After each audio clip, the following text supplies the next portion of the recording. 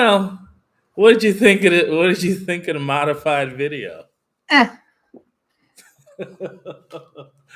meh, meh. No, I'm just kidding. It was good. It was How's good. it going? How's it going, buddy? How you doing, man?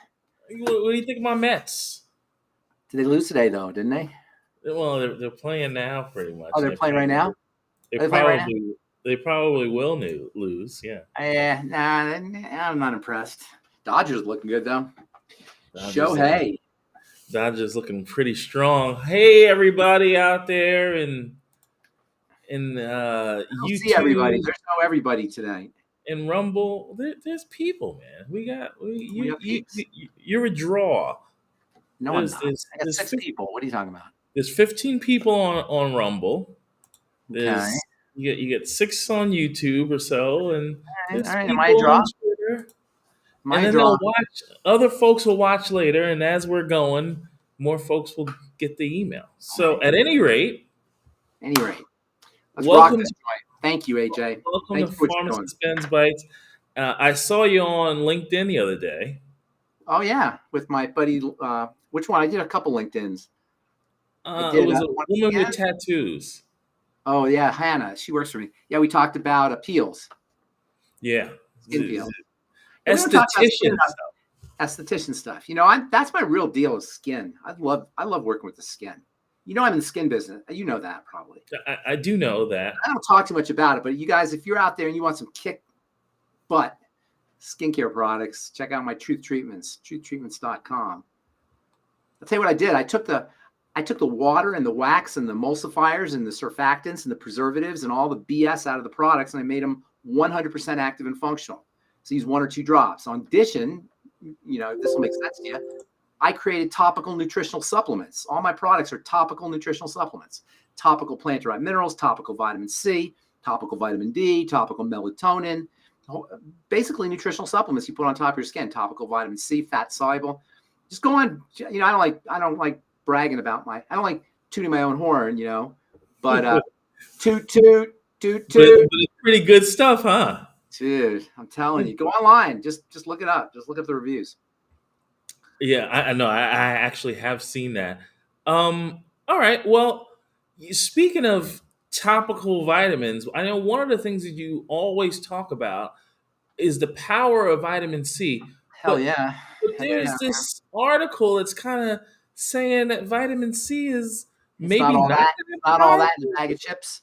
Actually, that's not quite what they say. They say it's not great, but they do admit that it'll shorten the duration of colds. They say it's not going to cure colds. Here's the thing about it, though. They say high doses, and to them, high doses is like a gram or a gram to 3 grams. Look at this right here. Vitamin C supplementation of 0.2 grams to 1 gram a day. That's not even enough for a gerbil. And I'm not being facetious. Gerbils make their own vitamin. Do you know animals make their own vitamin C? I had no idea. Yeah, humans are the only, and there are some gorillas and some guinea pigs, I think, that don't, and I think a fruit bat maybe. There's like a few animals that don't make vitamin C, but the vast majority of animals make their own vitamin C.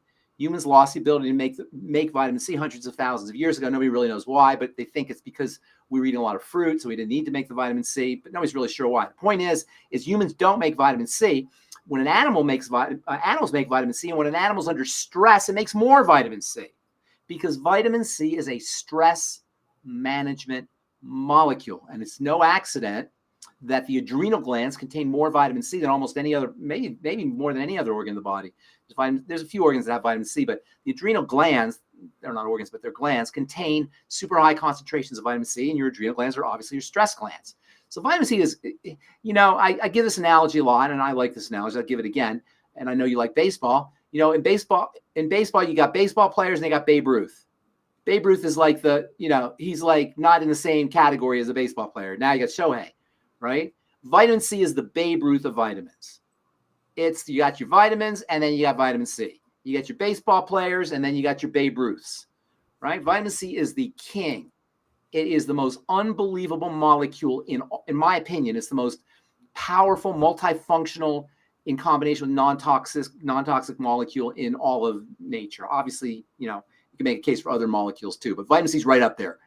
And so you hear people talking about vitamin C for cancer and for colds and for the skin and for this and that and the other. But really, you want to think of vitamin C as a stress management molecule, number one. And this is why it's used for supporting immunity. But here's really what I love about vitamin C. Okay. And this is really underappreciated.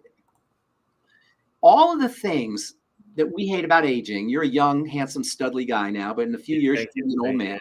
You're going to be an old, wrinkly, pruny man, right? When we get older, all the things that we hate about being old are related to one part of the body. What do we hate about being old? We hate the arthritis and the wrinkles and the hernias and the pain and the osteoporosis and the hunched over appearance. And, we have this kind of image of what it looks like to be old. You're shriveled.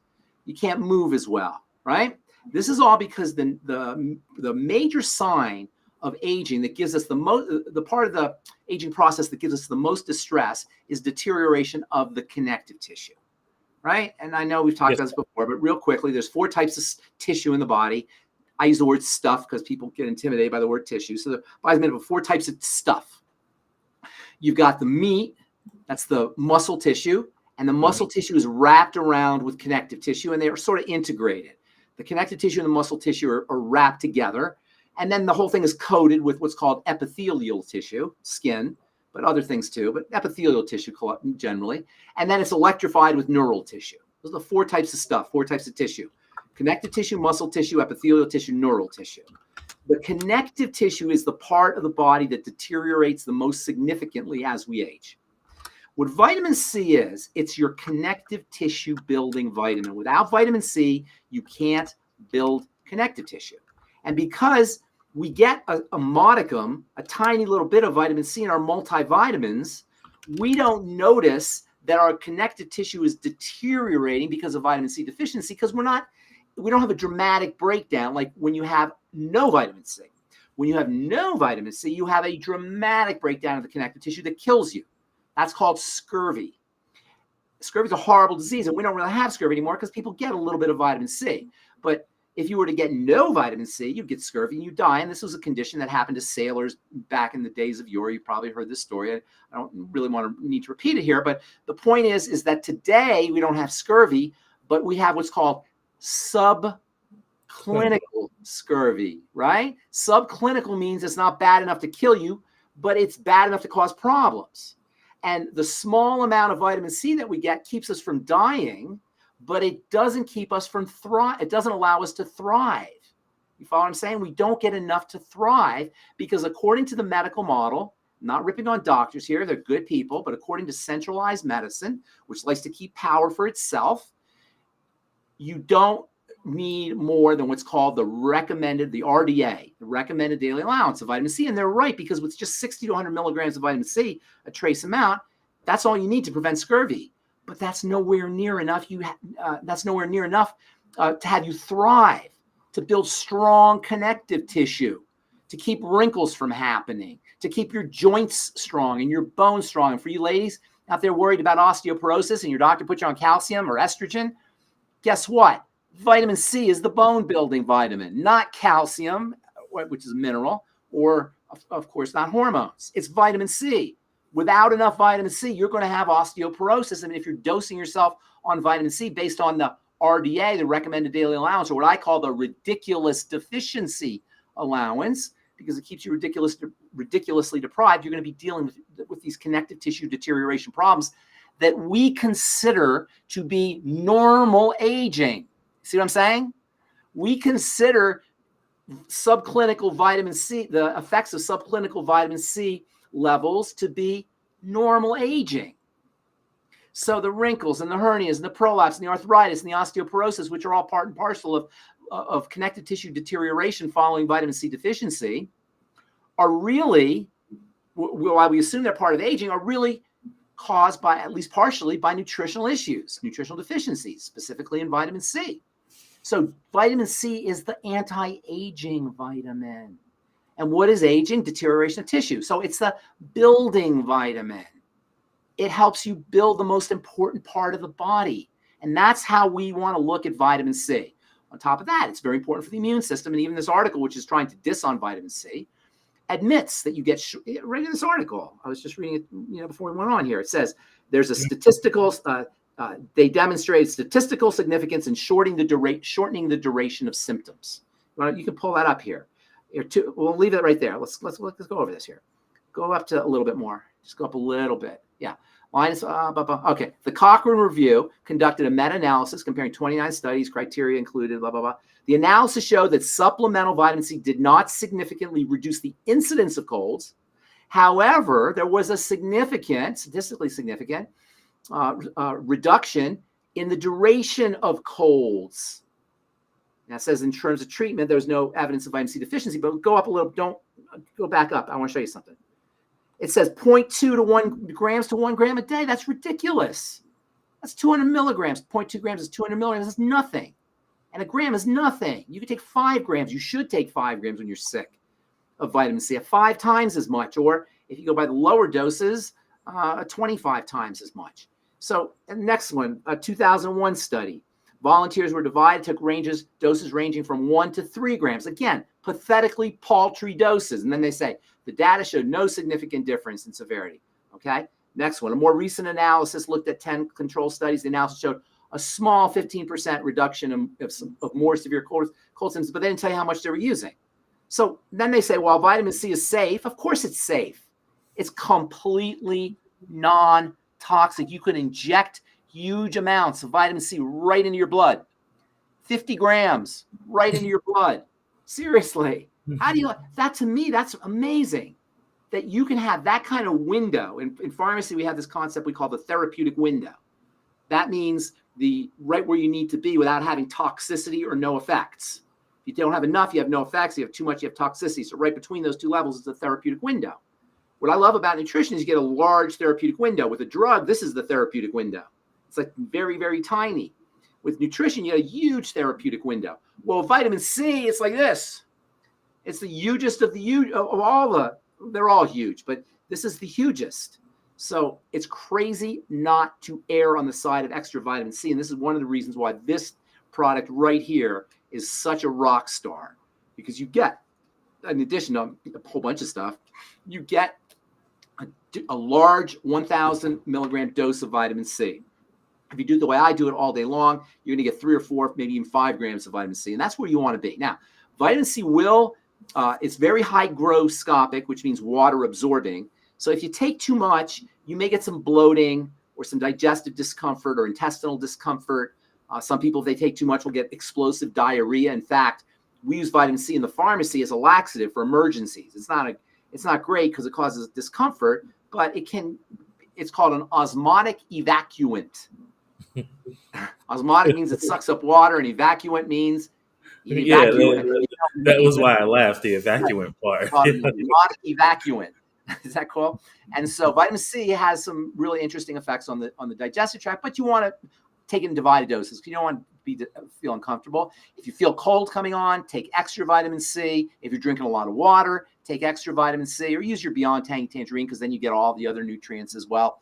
Don't diss on my vitamin C. Last thing let me say, I'll get your question in a sec. Last thing I want to say is vitamin C, one of vitamin C's mechanisms of action, and we talked about this a little bit last week, was it has a loose electron. Remember we talked about the loose electron that donates to prevent oxidation? Vitamin C has a loose electron. It donates. So it can quench free radicals. It's an antioxidant. That's what an antioxidant is. It quenches free radicals. So the antioxidant properties of vitamin C have to be recognized. I say vitamin C, what happens when vitamin C gives up its electron, donates its electron, it neutralizes a free radical, but then it itself becomes a free radical. Remember, when it gives up its electron, it becomes a free radical or a pro-oxidant. In essence, vitamin C dies so we can have life. I call vitamin C vitamin Christ because it dies for our sins. You like that? I like that too. That's vitamin Christ, it dies for our sins. It gives up of itself. It's a sacrificial vitamin. I love that. Oh man, that's something else. All right. Well, Kiki Soaps is asking how much vitamin C do we need? There's really no answer to that, but it's better to err on the side of extra 1 to 5 grams a day. Personally, I take 3 or 4 grams a day. 1 to 5, but you can take up to 10. You take 20. Like I say, it's better to take more than less, as long as you do it in divided doses so you don't overwhelm your intestine, and also so you get the benefit, because you'll urinate it out if you're not using it. So if you take in divided doses, you always want your drugs and your supplements in divided doses, like an IV drip. That's why Steve Wallach came up with the new Rise and Restores. He had this idea that you want to be taking your nutrients over the course of the day, which I've been saying for years. That's why I would say drink your BTT, drink it all day long, so you get this IV drip-like effect. It doesn't really, there's no real overdose on vitamin C, but I would take more rather than less. 1 to 5, 10, 6, 7 grams a day. You take as much as you want. Okay, so last thing. It's very difficult to get vitamin C from high doses of vitamin C from food. And you see some, pseudo nutritionally savvy alternate practitioners sometimes say, oh, vitamin C is not really a vitamin. It's really fake. It's synthetic, blah, blah, blah. BS. The cell where vitamin C works responds to ascorbic acid, the molecule. So these knuckleheads who will tell you, oh, it's not really vitamin C, it's synthetic. What they're missing is the fact that the cell uses ascorbic acid. It doesn't use pomegranate or plum or orange. Now, they mean well, and this is what they're really thinking. There are things in the oranges and in the plums and in the foods that contain vitamin C that will help the vitamin C facilitate. And that's why whole foods are always best. But if you want mega doses, and I believe in mega dosing, that's my thing. Mega dosing, that's my jam. Taking super high doses, right? You're not going to get it from fruits and vegetables. And don't pay any attention to somebody who tells you that ascorbic acid is not vitamin C. It most certainly is. And the cell itself responds, actually has a receptor for ascorbic acid, the stuff they tell you is not everybody. Some of these knuckleheads tell you is not a vitamin. BS. If you're out there and you think it is, come online and we'll talk about that. Okay. All right. Okay. A couple questions here. Yes. How much vitamin C is in one dose of tangy tangerine, approximately? 1,000 milligrams, I believe. Hang on. So 1 gram? Yeah, gram. I'm pretty sure. Let me look real quick here. Gotta turn my light on. Sorry about that. 1250. 1250. That's a heck of a dose. Okay, but so also, of course, you're getting a lot more. You're getting electrolytes. You're getting B complex, panto, which we should talk about pantothenic acid one of these days. I'm really I'm an advocate for pantothenic acid, and it's one you don't hear a lot about. Maybe we'll do that next time.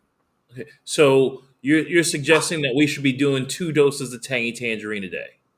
Yeah, no, you want to put this is what I do. You can do whatever you want. I'm just telling you what I do. A scoop in a bottle of water, and this will last me depending maybe 2, 3, 4 hours, depending on what I'm doing. And then I do another one, and then I'll sometimes do a third. I do 2 to 3 of these bottles a day. So I do 2 to 3 scoops a day. Okay.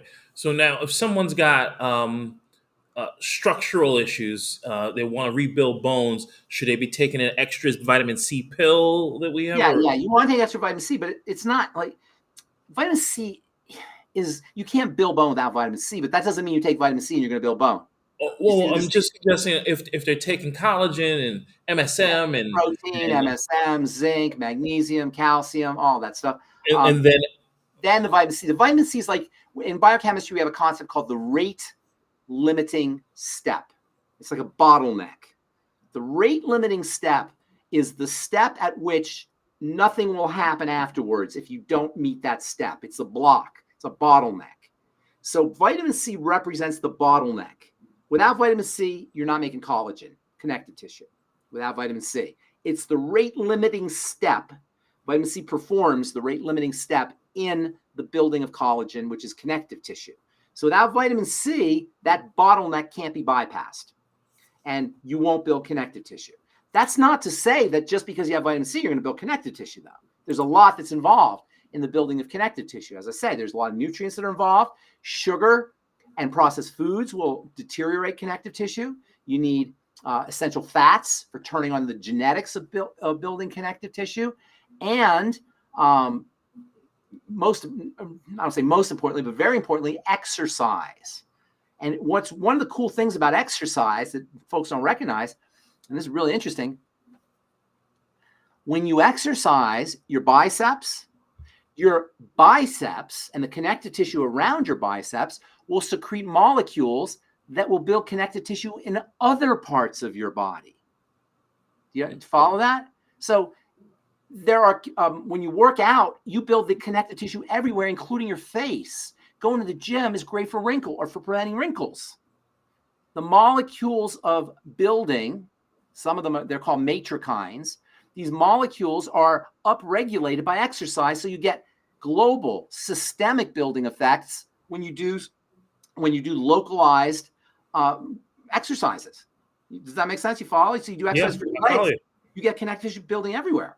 So that's to say connective tissue exercise is very important for the building of collagen and connective tissue. Okay, so I have a selfish question here. And smoking is one of the worst things you could do, by the way, for everything, but especially for connective tissue. One more thing before you forget. Connective tissue feeds all the cells. Connective tissue oxygenates all the cells. Connective tissue detoxifies the cells. Connective tissue electrifies the cells. So when your connective tissue is deteriorating, all of your cells will suffer. One of the ways cancer works is by deteriorating connective tissue, so it can spread. So the connective tissue does many, many things in addition to connecting and building, and that makes vitamin C very important for all of the cells of the body by virtue of the connective tissue's benefits for nutriating and electrifying and detoxifying and oxygenating the cells. And I'm sorry to interrupt you. Go ahead. Well, my selfish question is, you mentioned some animals that produce their own vitamin C. All animals produce their own vitamin C. Give me an example of one. Squirrels, cows, dogs, a squirrel, cats, goats, alligators, birds. You want more? Frog. Well, let's not talk. Let's not talk about alligators because I think they're very long-lived alligators. But the majority of these animals' lifespans tend to be shorter than ours. I mean, elephants, tortoises. That's not true. What makes lifespan, what you'll notice with animals and lifespan, and this is really important, has implications for us humans. The animals that live the longest move the slowest.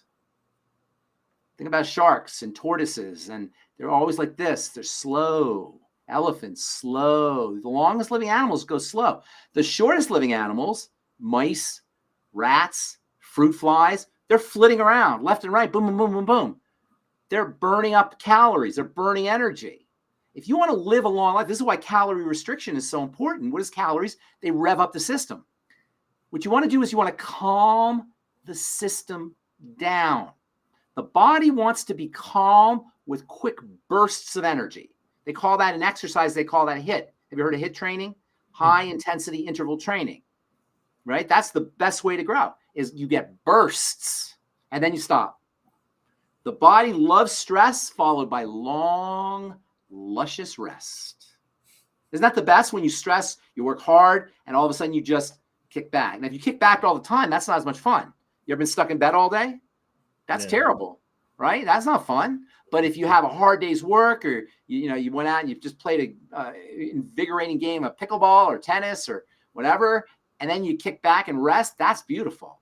You go hiking. I don't know if you ever, you hiked out there in New York City anywhere, but if you hike, you go hiking and you have your backpack. It weighs 50 or 80 or 90 pounds, and you're going up the mountain. You're finally done with the day. You hike 5 or 6 or 7 miles. You sit down. You got the campfire going, and that is the most delicious rest you've ever had.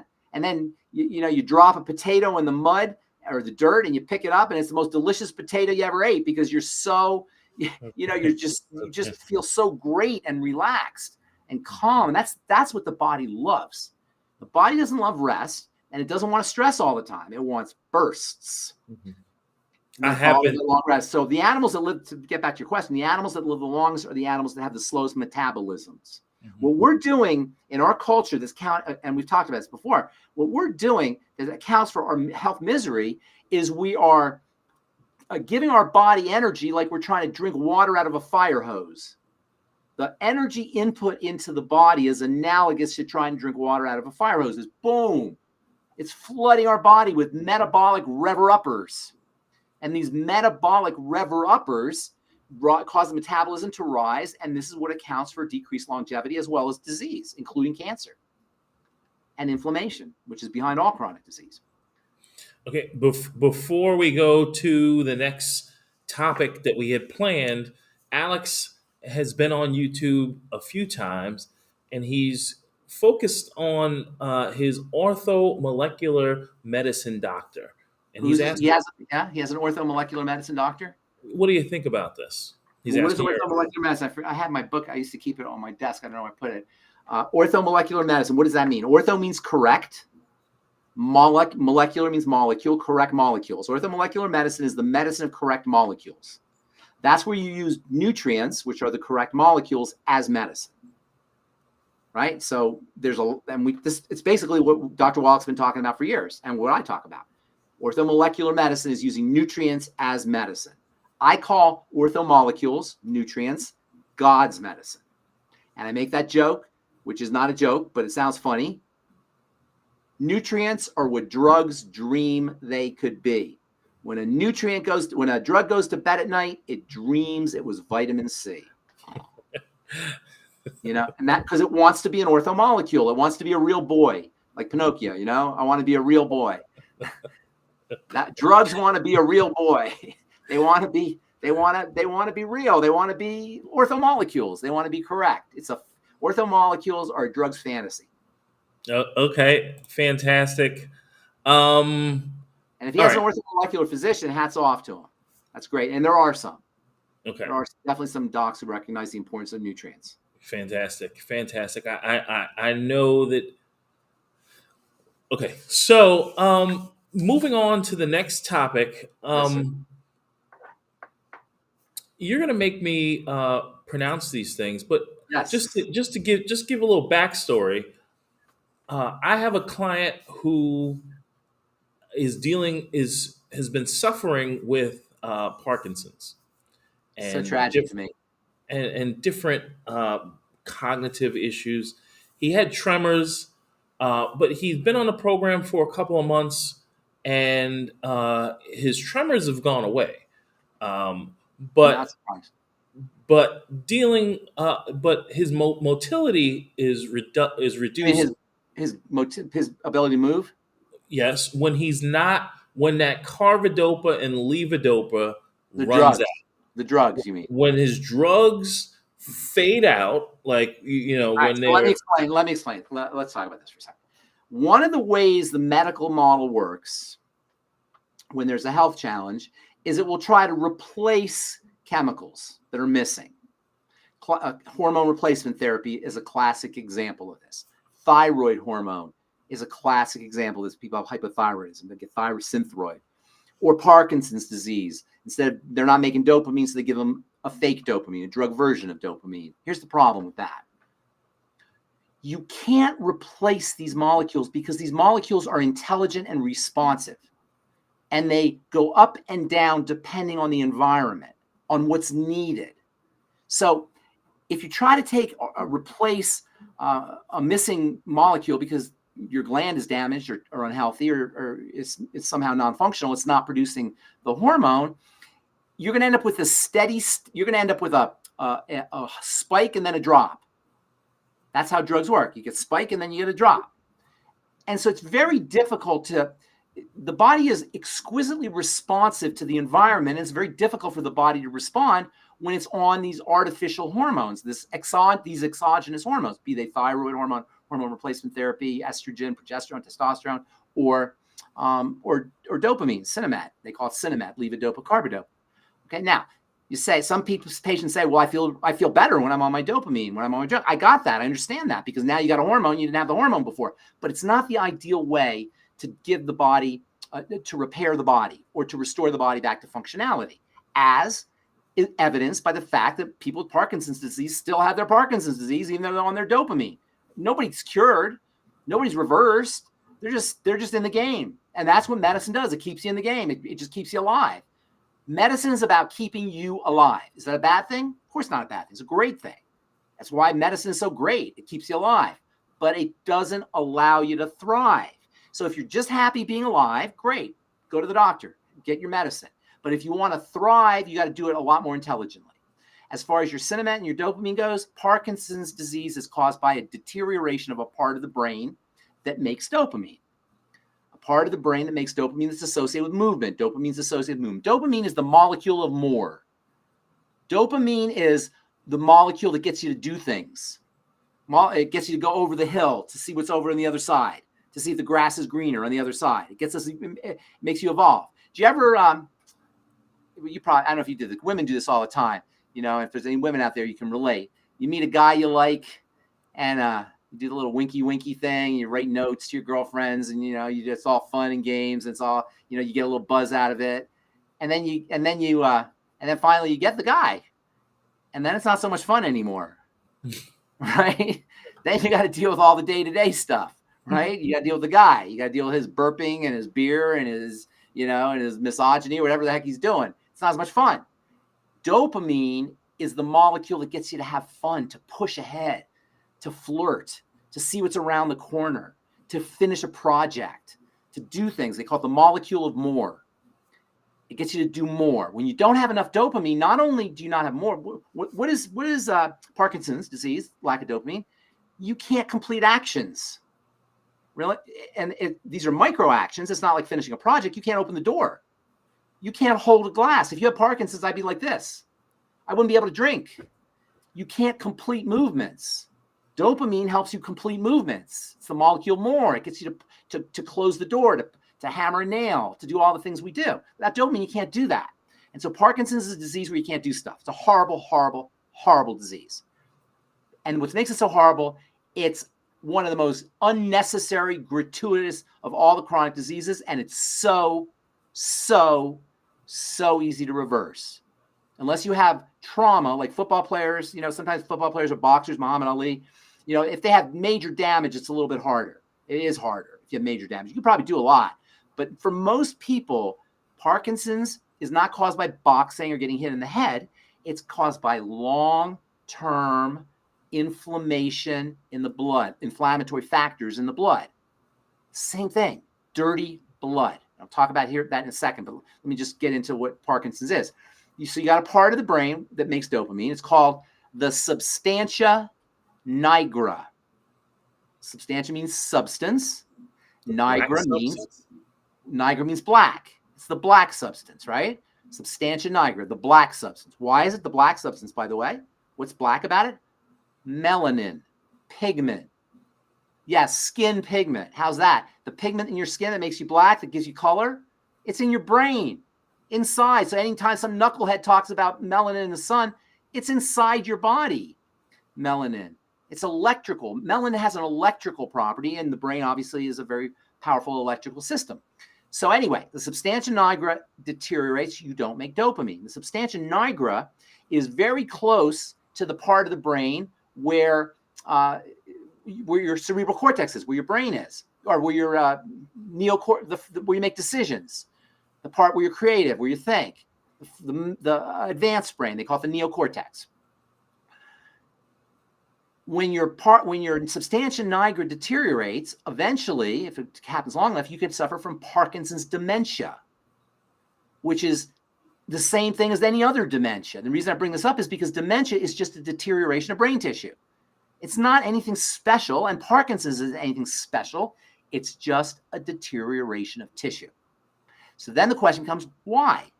Why does tissue deteriorate in the brain? That's what we want to know. If we want to reverse it, we want to know. And this is how I work with Parkinson's. I've worked with patients a lot, and people, the most dramatic results when you do, and I'll tell you what you do here, and it'll make sense to you. All disease is cell disease, and all cell disease is preceded by dirty blood. All of it. Parkinson's is arthritis of the brain. Parkinson's is just a plain old deterioration. It's the wrinkles of the brain. It's plain old deterioration secondary to dirty blood. Okay? How does the blood become dirty? Leaky gut. I mean, well, what we From ingest. what we eat. Hmm. Now, it can also become dirty by injection. And guess what? Drug abusers get Parkinson's too. People who inject because they're going into the blood. So, dirty blood is the cause of everything. People, you're not going to want to hear me ever again once you understand this. Nobody's going to want to listen to me because I say the same thing. It's all dirty blood. All chronic disease is dirty blood. There's no chronic disease without dirty blood. You can't have it. It's the mechanism. It's how it happens. And just because the medical folks don't recognize that doesn't make it any less true. So what do? Well, first of all, I've been saying this for years. People with Parkinson's all know they have digestive issues, all of them. Not 99% of Parkinson's patients, all of them. Dopamine regulates the digestive system too, so just from that alone. But usually there's long-standing, before you got the Parkinson's, long-standing constipation especially. But it can be all digestive. You work on the digestive system. Today, you know what they do for now? This is the latest treatment. Oh, because they're all cutting edge treatment. You know what they do now? You're gonna love this for Parkinson's. Fecal transplants. Oh yeah. You know what that is? Don't No, it's we not. all we all You sure? I mean, if you're sick, we I thinking keep baby some poop. spare. I keep some spare here. If you're sick, How much I, you charge for those fecal I transplants? well, I make it fresh. I custom just I cut. No, that's terrible. Stop making me say terrible things. So no, but I'm teasing. But fecal transplants are what the cutting edge. Why are they doing that? Because it's dysbiosis. They're telling you. But I've been saying it for years, and Doc's been saying it for years. You don't need to wait for evidence-based. I love this. Evidence-based. Use logic. Evidence-based. I had some guy ask me, I was talking about my skin products. He goes, "Are they evidence-based?" I said, No, they're not evidence-based. There's nothing, no evidence. That's the stupidest thing to me. Evidence-based. It's just logic. Use your, we don't have biochemical logic, but your doctor should, your medical folks, and we should too. And that's what we do here on this program. Or, when you and I talk, we're just talking biochemical logic, biological logic. Isn't this all logic, right? It's how everything Absolutely. works. It's all For sure. logic. So if you have Parkinson's, you treat the gut first. Now, there's also dysglycemia. There's blood sugar issues going to be involved, but that's secondary to the digestive system. And there's also going to be, the third point in the triangle disease, hypercortisol and thyroid. By the way, I'm doing LinkedIn's with my friend Liam every Sunday. And what I try to do on these LinkedIn's every Sunday is I try to take health challenges and relate them to the triangle using research. So it's kind of a little bit difficult and tedious, but I think it's important. I get these research papers that all show the relationship between chronic disease and digestive health, blood sugar health, and the adrenal thyroid complex, and they're all over the place. So Parkinson's, you treat the gut first. Look for problem foods, elimination diet, food diary, fasting, I-26. You know who I met yesterday? The guy who brought I-26 to longevity. We're bringing him on the show. Winkle? No, not he's a doctor who talks about it. Well, No, Dr. Winkle created it, right? No, Winkle didn't create it. He just talks about it. He's like a representative. It was actually created by a big drug company, I think DuPont, or I forgot which one he told me. But anyway, I met this guy yesterday who actually brought the product to longevity. Winkler, I forgot his name, Winkler. Winkle, yeah. Yeah, he talks about it a lot. I think he might represent the company or he works for longevity. I'm not sure, but he didn't invent it, but he's been promoting it for years. I talked to him like 10 years ago about it. Okay, so this gentleman you met yesterday. Yeah, he's actually a lawyer, and he's the guy who brought I-26 to longevity. He represented the company that made it. He told me the story. It's a very interesting story. They didn't want to use it. They didn't want to use I-26. The first I-26 was in milk.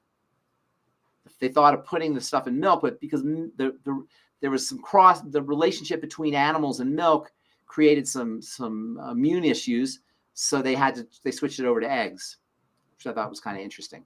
Originally, it was hyperimmune milk. Wow. But milk is a little more reactive than eggs. Okay, so finish up though. I still want to get to these aminos. Which aminos? Dopamine, the whole dopamine thing. To help that we Dopamine is can made. use Yeah, that might. dopamine, the pathway, the biochemical. They call the body is constantly taking chemical A, turning it to chemical B, to chemical C, to chemical D, to chemical E. It happens like endlessly, billions of times, billions, countless times a second. 10 to the whatever times a second. These movements of molecule A to B to C to D, this shape shifting, is called a pathway. These are called biological pathways. And all health and all sickness is in the biological pathways. So understanding the pathways is really how you understand health. Doctoring, clinical chemistry doesn't understand health. It's very interesting. People think doctors are scientists. That's not science. There are some doctors who are scientists, but your traditional GPs and people who do medicine, that ain't science. That's clinical chemistry where they read test scores. There's no science there. They may utilize science. They may integrate science, but they're not doing science. The biochemists and biologists, they're doing science. And one of the key parts of the science of biochemistry and biology is the pathways. So there's a pathway that makes dopamine, and it starts with an amino acid called tyrosine. Tyrosine is an amazing amino acid that doesn't end up in producing dopamine. It produces other molecules as well that help the body handle stress, including, interestingly, melanin, the pigment. The same pathway that makes melanin also makes dopamine, which is very interesting. So this pathway starts with tyrosine. It goes to make dopamine, and then it continues on to make other things too that are important for stress management. Melanin, by the way, is a stress management molecule. For you ladies out there worry about melasma, I don't know if you know what melasma is, hyperpigmentation, dark spots. Mm-hmm. You ever seen this? Dark spots on the skin? Mm-hmm. Those are part of the stress response. Melanin is part of the stress response, so hypermelanization is part of the stress response. There's a whole bunch of reasons for that, and this is why it's so hard to treat hyperpigmentation. That's another story. So this pathway is part of the stress. It's part of the pathway that makes stress management molecules. Dopamine is one of the molecules that's made from tyrosine. Now, I love tyrosine because it gives you, it's a stress management molecule. It helps you make adrenaline. It helps you make energy molecules that help you deal with stress. So tyrosine is like a natural speed. And if you take tyrosine in the morning with your coffee, you'll need much less coffee, or you might not even need coffee. 500 milligrams or so of tyrosine will give you a major buzz. And then it might even be too much. You might have to take 250 milligrams. Tyrosine is amazing for folks who want to wean themselves off of caffeine. It's also amazing. Tyrosine is made by the body. It's not essential. Essential amino acids you got to have in the diet, right? Tyrosine is not essential. You can make it, although it helps to supplement with it. But tyrosine is made from an essential amino acid called phenylalanine. So is that how you pronounce that's it? The one, yes. Phenylalanine. Okay. Yeah, I was teasing you a little bit, but yeah. Phenylalanine gets turned into tyrosine, which then gets turned into all of the hormones involved in the stress management biochemical pathway, including melanin, and then phenylalanine you can also take as speed, or not speed, but as an upper, if you will, for the morning. Both phenylalanine and tyrosine, phenylalanine get turned into tyrosine. Both of those will give you a little buzz. Phenylalanine might be a little bit easier to take because it gets turned into tyrosine. Tyrosine, that'll kick your butt. Okay. Okay. You don't have to raise your hand. You're right here. There's nobody else. Okay. Can I go back? I got a couple questions here. So you talked about fixing the gut. So we got our I-26. We got our brain and heart pack. Probiotics. We got our probiotics. It sounds like the lymphatic support might be helpful. If you want to know everything for Parkinson's, all the digestive support, ultimate microbiome, ultimate likely essence, collagen peptides. Why collagen peptides? For building for leaky gut, for repairing the intestine. Okay. Fucoid Z. Okay, cleaning the blood. And then the Hope, TMR, or Stay Natural. Yep. Stay Natural's Hope. Yep. Plant-derived minerals. Okay. Vitamin C. Extra vitamin C besides the tangy? I would take extra vitamin C for Parkinson's, absolutely. Okay. So now, just now, Yes, sir. dealing with the tyrosine and the phenylalanine, Say those are it, found say it right, AJ. Say it right. You got 9 minutes here, too, by the way. phenylalanine, Yeah, alanine. phenylalanine. Alanine is another amino acid. Phenyl is a little attachment that's stuck onto the alanine. Phenylalanine. Both of those items are found in the HGH youth complex Isn't that interesting? Why would that be? because They help you make neurotransmitters. Remember, okay. dopamine is a neurotransmitter. That means it's a hormone for the brain or the nervous system. Neurotransmitters, dopamine, serotonin, um, norepinephrine. What other juicy neurotransmitters are there? I'm sure I'm missing a couple, but the neurotransmitters are brain chemicals. And by the way, there's some that we, have effects, but don't have. We don't call them. They have very short-term effects that will affect the brain. Those fats that we talked about on last time we talked. But the major ones like serotonin and dopamine and norepinephrine, those are part of anti-aging. And so putting precursors in the growth hormone, what's it called? The HGH, that makes perfect sense. I'm pretty sure it's also in the synaptive too. Synaptive, and it's also in the plant-based protein shake.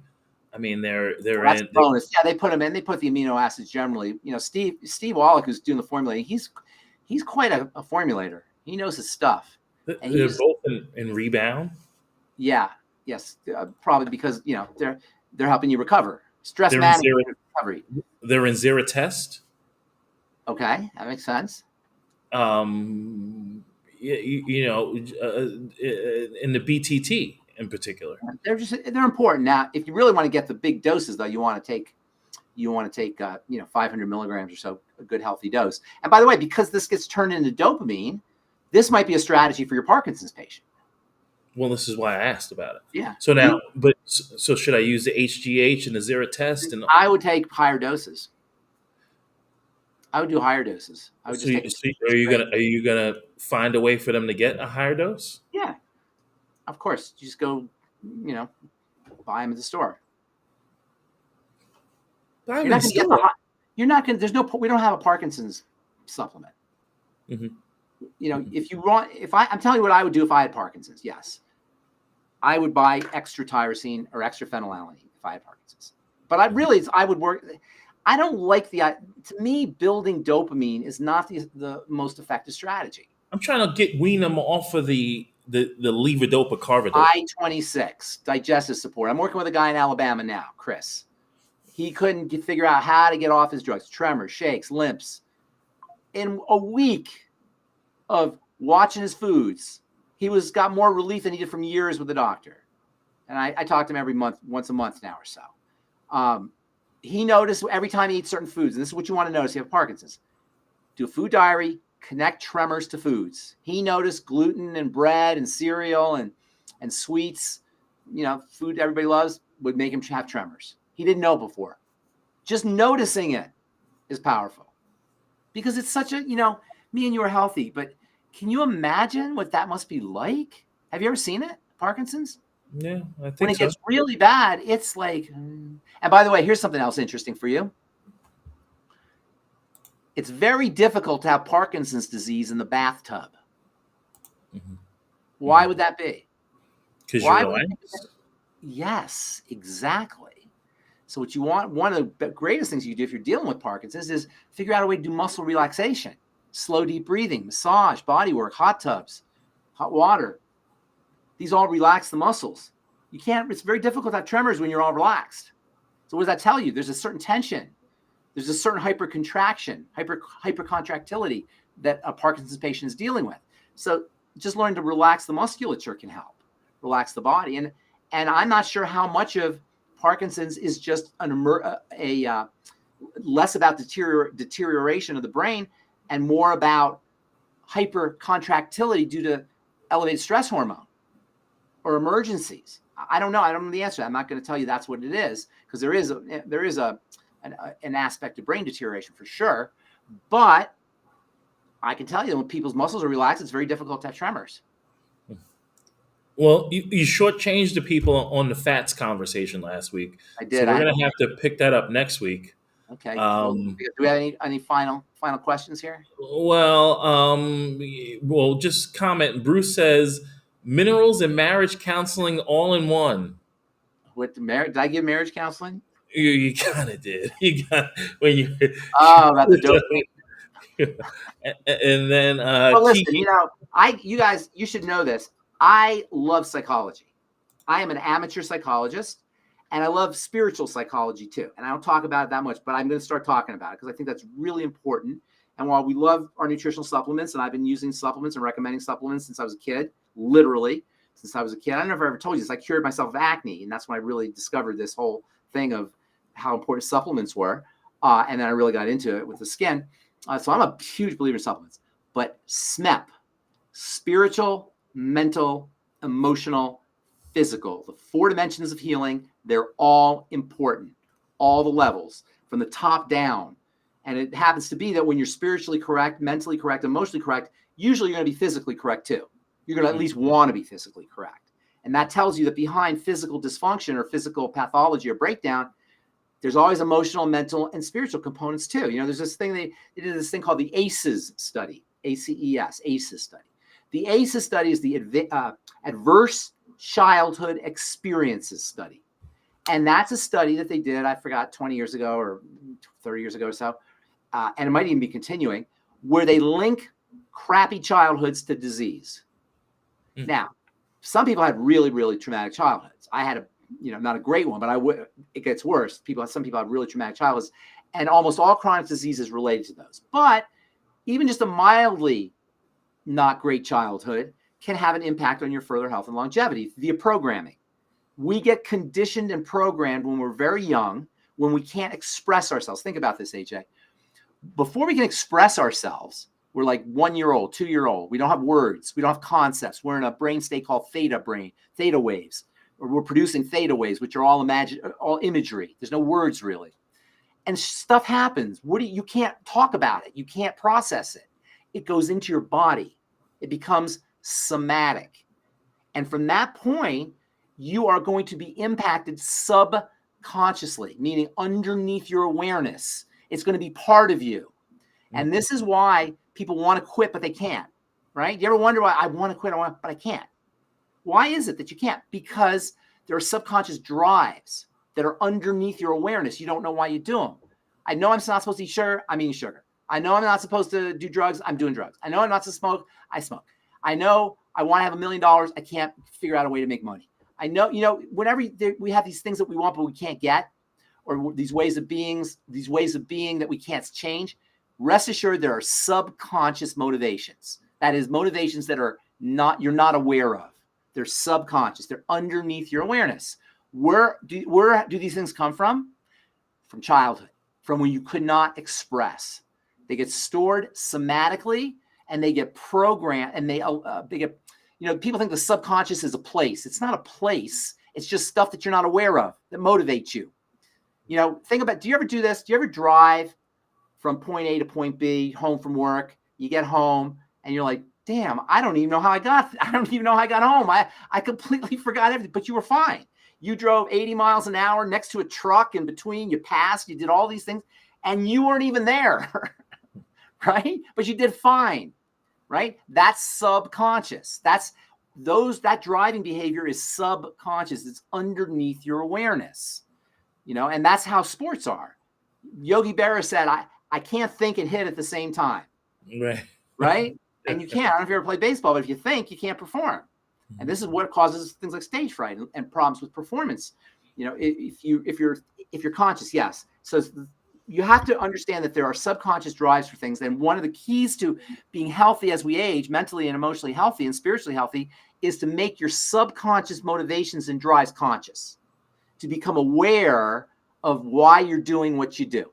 And almost always when you're sick, especially if you're super sick and you can't figure it out, there's something percolating underneath. And you got to be careful how you talk about that, because people don't want to be blaming the victim.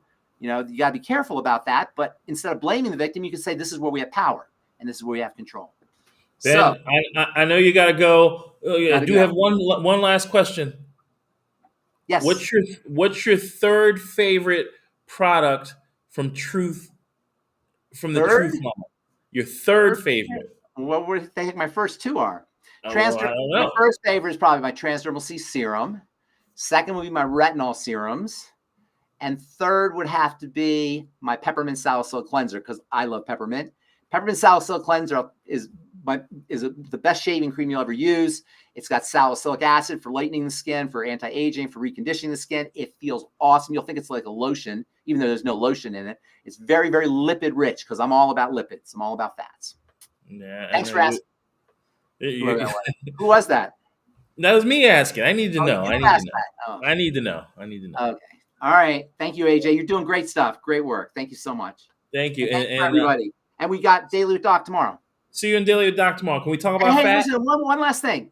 We want business builders. If you like what we're doing here, we can teach you how to do it. And you can do it for groups of people. You can do it for your friends. You can do it for your family.